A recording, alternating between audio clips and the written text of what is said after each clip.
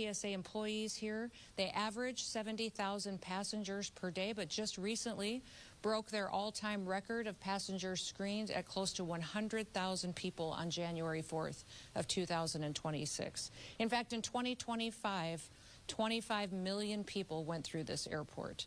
They're now undertaking a $9 billion modernization plan. They're investing in technology to make it more efficient for passengers to go through their checkpoints and to do so in a way that makes the experience pleasant for them as they travel with their families and their friends. TSA is putting $100 million into that investment, but just recently we've also announced that we will be spending another $1 billion in technology upgrades across the country in our airports to partner with them on what they can do to keep Americans safe. We'll be increasing our canine presence with teams that will deploy all across the country, computed tomography and enhanced imaging technology. In fact, here Concourse D at the Miami airport is a state-of-the-art concourse that is allowing passengers to get screened over 30% faster. They're using an automated return system that's allowing 500 different bins per hour to be returned automatically, saving the passengers time so they can get to their gates and get on their flights quickly. There's cross-screening lanes that have been invested in, and that's allowing multiple passengers to screen their baggage at one time so the process can go quicker.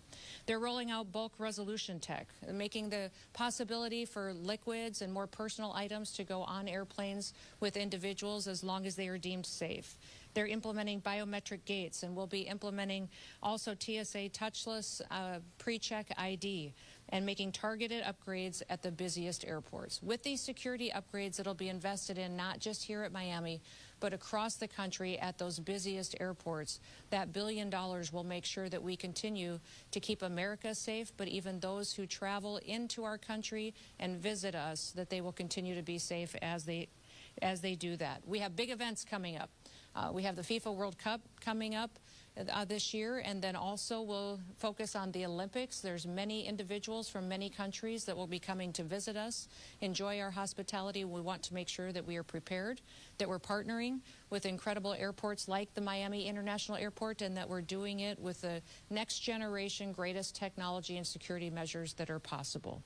We're excited about the future, what they've done to stop terrorists and criminals from coming into our country, and also removing those that may already be here, but also what we can do to make sure that we're prepared for the future and any threats that may come as well, while people enjoy the travel that is the golden age of travel, just like President Trump promised the American people. And with that, I'll open it up to any questions that you may have. Yes?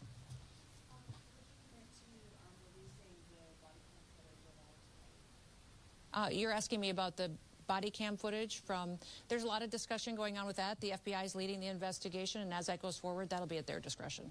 Yes?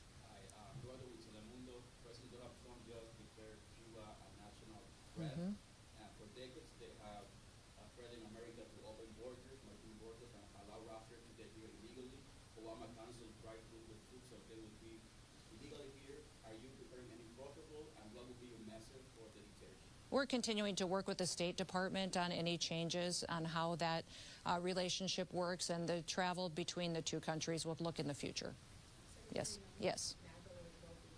Yes. Mm-hmm. Mm-hmm. Is there any reconsideration to extend TPS for those nationals that may? Yes, TPS is a temporary protective status. It's a program that's long existed in law. It has always been meant to be temporary, although under the Biden administration we saw it abused and not utilized correctly according to how law dictates. President Trump is restoring that. Any individual who is from a country where TPS is expiring has an opportunity to appeal that and to look at other programs that they may qualify for, and they have a number of months to do that. They should reach out to the State Department, they should reach out to the Department of Homeland Security, and we will help them with that. And DHS still has paid down a level for so people who have built their lives here over decades may be worried about going back to Haiti, knowing that there's nothing else for them, the gangs have taken over their communities. What do you say to those people who are worried? The State Department gives us the analysis, and the Department of Homeland Security implements the program. So as TPS for Haiti expires, those individuals can all work with us to see if it is following the law to stay here, and if not, they will return home. Last question. I wanted to ask about the Sure. ruling that came down today. A judge denied Minnesota the state's defense to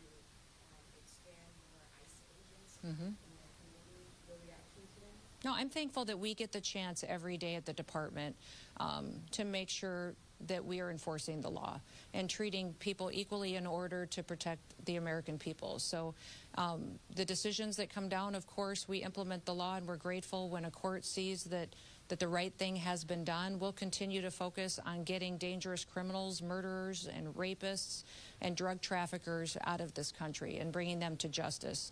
We're going to continue to try to work with the local law enforcement and the leadership in Minnesota to do that, to make that community safer. And I just want to remind you all, the reason that we're in this situation with so many dangerous people in the country is because of the policies of the previous administration. Under Joe Biden's administration, millions of people came into the United States that were completely unvetted.